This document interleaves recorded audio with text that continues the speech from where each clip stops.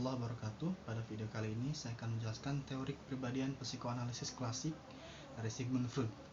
Pertama, kita harus mengetahui dulu biografi Sigmund Freud dan sejarah munculnya psikoanalisis.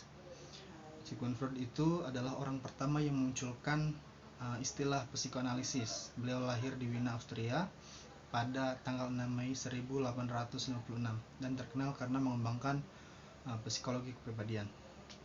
Freud mengambil jurusan kedokteran di Universitas Wina pada tahun 1973.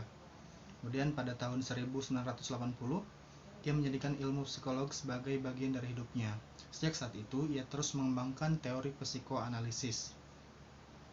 Kemudian, apa sih psikoanalisis? Secara garis besar, teori ini menyatakan bahwa ketidaksadaran pada individu memiliki peran yang utama dalam diri seseorang.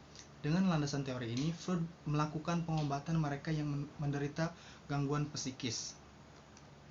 Tujuan dari teori ini adalah untuk mengembalikan struktur kepribadian pasien dengan cara memunculkan kesadaran yang tidak ia sadari sebelumnya. Persepsi tentang jiwa manusia menurut Sigmund Freud, ia menggambarkan sebagai gunung es. Jadi gunung es itu ada bagian puncaknya, bagian tengah, dan bagian bawah yang ada di air. Bagian puncak itu dinamakan konsinus atau kesadaran, bagian tengah dinamakan subkonsinus atau prakesadaran, dan yang bawah adalah unkonsinus, yaitu ketidaksadaran. Kemudian struktur kepribadian menurut Sigmund Freud itu ada tiga, ada id, ego, dan superego. Pertama, id. Di dalam kepribadiannya terdapat dorongan yang didasari pemenuhan biologis guna kepuasan bagi dirinya sendiri. Lebih sederhana, id berwujud pada gambaran nafsu, hasrat seksual, dan perasaan superior, ingin berkuasa. Kemudian, yang kedua yaitu ego. Ciri khas ego ini ingin mengatur id dan juga superego. Jadi dia berada di tengah-tengah. Ego merupakan aspek yang mementingkan kepentingan lebih luas daripada id yang pertama tadi. Kemudian yang ketiga yaitu superego. Ranah superego berisi tentang batasan untuk membedakan mana yang baik dan mana yang buruk.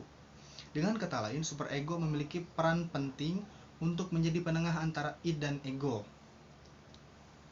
Kemudian kita harus tahu kelebihan dari psikoanalisis. Pertama, untuk menjadikan individu percaya akan kemampuan dirinya yang selama ini dia tidak sadar. Kemudian yang kedua, dapat memahami kehidupan psikologi seorang individu. Dan yang ketiga, yaitu mampu menggabungkan teknik-teknik dalam psikoterapi dengan teori psikologi kepribadian. Selain kelebihan, tentu ada kekurangan juga. Kekurangannya yaitu teori psikoanalisis ini memakan banyak waktu, karena untuk menggali masa lalu itu membutuhkan waktu yang lama. Kemudian dapat menimbulkan kebosanan juga, karena waktu yang panjang. Dan yang ketiga yaitu terlalu menekankan pada masa lalu sehingga seolah-olah tanggung jawab individu menjadi kurang meskipun maksudnya tidak demikian. Contoh kasus, Andi sedang ada mata kuliah di kelasnya, dosennya pun ada, tetapi ketika dosen itu mengajar, ia merasa lapar. Sikap dan tindakan yang akan ia lakukan akan menentukan bagaimana kepribadiannya. Jika ia id, hal yang akan ia lakukan adalah makan di dalam kelas. Jika ia ego, hal yang akan ia lakukan adalah meminta izin keluar, kemudian ia akan makan di kantin. Kemudian yang ketiga superego. Jika dia superego, maka yang akan ia lakukan adalah tetap di kelas dan menahan laparnya untuk menghargai dosen yang sedang mengajar.